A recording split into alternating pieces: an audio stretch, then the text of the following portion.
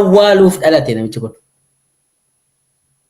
Mirga hiree ofii murteeffachuu saba keessaa'u saba Oromoo irratti xiyyeeffateetudha kan inni ka'e Abiy.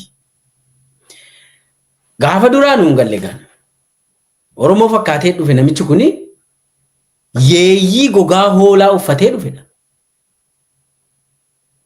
Namni kun gaafuma dhufuu kaasee farra hiree ofii murteeffachuu mirga kana balleessuudhaaf mirga mataa uummata Oromoo keessa galee jiru mirga heerarra jiru garuu hojiitti ni hiikamne kana duguugeen balleessadee dhufe Abiy. Siyaasa sabaa nam buqqisadheetu dhufe Abiy.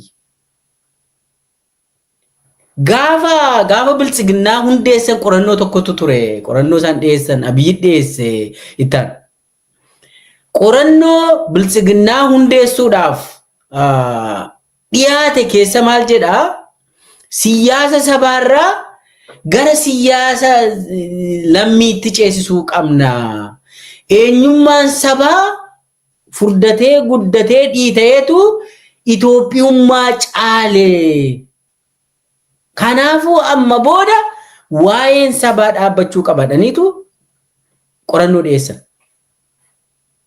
Biltsiginnaan kan inni hundeeffamu Itoophiyummaa irrattidha.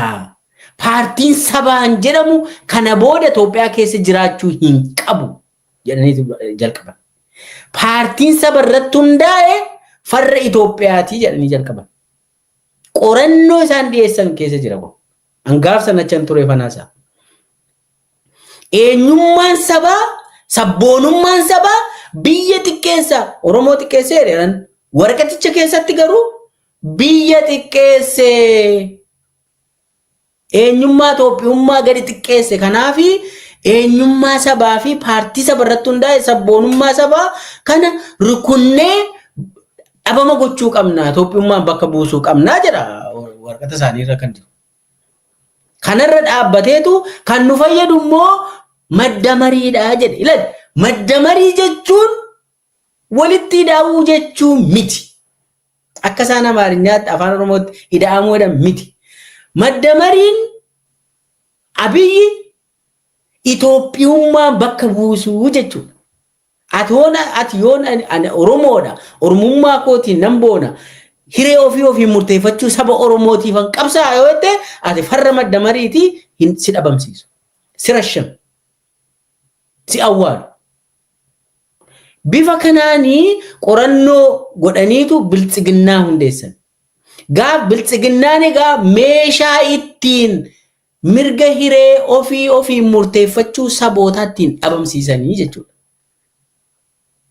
Biltsiginnaan meeshaa Abiy ijaarrate meeshaa ittiin mirga sabootaa eenyummaa sabootaa ittiin rukutani. Ilaa bara yaadi keessa ilaa eenyummaa sabaa amma ta'e deebisee jenna. Garuu mirgi siyaasaan deebine dimokiraasiin hin jiru. Aangoon siyaasaa beeta mangistii keessaa hin baane jenneen waa'ee eenyummaa garuu haga ta'e nu deebiseera inni bara yaadi keessa.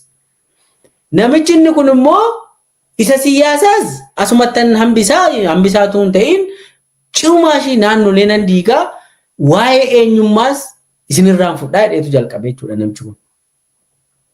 Kanarraa kan ka'e waa'een Oromoo fakkeenyaaf amma biltsiginnaan ilaa paartiidha. Paartii tokkittiidha biltsiginnaan.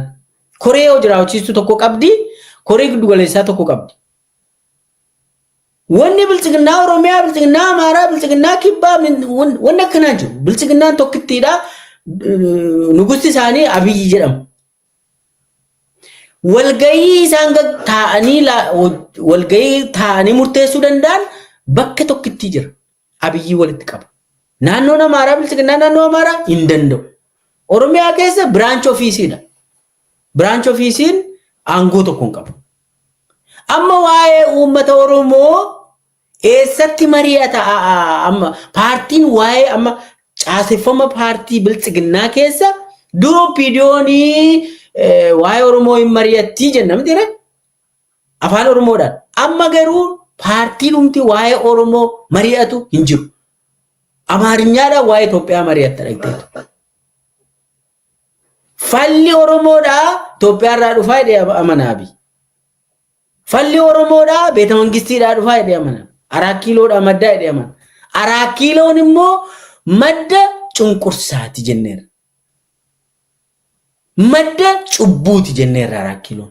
Qe'ee cubbuuti 4 kiiloon. Qe'eetti murteen dhalli namaa gidirfamu. Dhalli namaa itti rashanamu murteen achii ba'a waan ta'eef 4 kiiloon cubbuudha. Falamiti kan achii maddu rakkoodhaan kan achii maddu. Abiyyi garuu akkasitti yaada waan ta'eef bilchiginnaa gaafa ijaaru aangoo wamma ta'ellee waan fakkeessaa wayi amma rabbii jedhan malaal waa'ee mooyaale yookaan immoo waa'ee baabbilee yookaan waa'ee awwadaa mari'achuudhaaf 4 kiiloo dhaqxaa ammati. 4 kiiloo dhaqxee Amaariñaadhaan waa'ee awwadaa mari'attamu. Naannoon Oromiyaa aangoo tokkoon qabu akka paartiitti jechuun kan siin jechaa jira caaseffama ammaatiin. Amma paarticha keessa immoo maal godha beektaa caaseffama paartii amma bilchiginnaa jedhamu keessatti naannolee irratti koree qindeessituu ramada beektaa. Amma Abiyyiitu ramada koree qindeessituu kan. Koree qindeessituu nama 5 ramadama naannolee irratti. Nam 5 keessaa namni tokko pirezidaantii ta'a. Tokko immoo itti aanaa pirezidaantii ta'a. 3 immoo waajjira dhaabaa qabuuf. Naannolee Abiyyi bushan kana hunda keessatti nama 5 irratti ramada Abiyyi paartiin bilchiginnaadhaan Abiyyi miti. Bilchiginnaa sana irratti nama 5 naannolee irratti ramada. Nama 5 keessaa tokko pirezidaantii caffeetti dhaqxee dhuma Abiyyi ramada caffeen immoo harka walitti rukutee pirezidaantiif itti aanaa godhata. Warri gaafa lama immoo waajjira dhaabaa taa'u. Nama 5 kanatu naannolee Abiyyi itti nugusa jedhamee nugusa maaliiti aangollee hin qabu naannolee Abiyyi irra jiru kana akkasittidha kan inni ramadu asii gadeetti ramada. Kanaafidha hiree ofii murteeffachuu kanuma xiqqoo tokko bara durii bara yaadi keessa turte hin dhabamsiise Abiyyi. Koree irratti ramadamu. Amma kan jiru naannoo meeqa jira Itoophiyaa keessa yoo jettanii gaafattani naannoo lamiitu jira Itoophiyaa keessa. Naannoo Abiyyi irratti nama ajjeesuu fi naannoo TPLF bushu Tigraayitu qofa jira. Itoophiyaan bakka lamatti qoodamte amma. Naannoo lamiitu qabdi. Naannoo itti Abiyyi pirezidaantii ta'ee jiru naannoo itti Dabratsiyoon aangoo qabu. Kana lamatu jira amma bara bilchiginnaa keessa. Kanaaf amma gaafa paartilee hunda diiganii bilchiginnaa ijaaranii Abiyyi kaayoonsaa waa hunda ofii muudee shaaruudhaaf ture kan inni yaadela. Guyyaa tokko maal jedha beektaa anamma kan wal dhabne jalqabumarra gaafa inni ODP diiguu lakkii ani ODP diiguudhaaf hin dhufne bilchiginnaa keen beekuu jedheen achirratti irraa bu'een. Gaafa sana nawaameetu ilaa milkeessaa jedhe. An ODP kanan diiguufi jedhe. Hii jennaan bi'aadaniin bushuun dadhabee isaaniinis diigeenii naannoo jaraas qabachuun barbaadaa jedhe. Ilaa yaa nama ani qabsoon ani godhe ama baadaniin bushuudhaaf miti. An uummata Oromoo fayyaduufan dhufe. Ani mirgi hiree ofii murteeffachuu saba Oromoo akka kabajamuufan dhufe barumsa koo barsiisummaa achi kaa'ee malee naannoo Amaaraa naa bushisiin jedhee miti. Inni na shawwaduudhaaf akkas jedhama. Haa ta'u malee amma nan bushadhee hunda diigeetu busheera naannoo Amaaraa bi'aadaniin irraa diigee ODP Oromiyaa irraa diigee Oromiyaa busheera abi. Hin bushine. Kibbas hin bushine. Eessayyuu bushuu hin dandeenye namichi. Giddu galeessatti 4 kiiloo irraan qabadhadeetu akka callee harkaa faca'e hundumtu. Bilchiginnaa jechuun iddirii warri keenya dhugaa wayii jira. Iddirii Mikaayilii. Iddirii Mikaayilii jechuun hoo barbaade dhaqxee kaffaltee wanni jetta. Gaafuma awwaalaaf jecha wanni godhu warri keenya iddirii ofirraa akka kaffalaniituma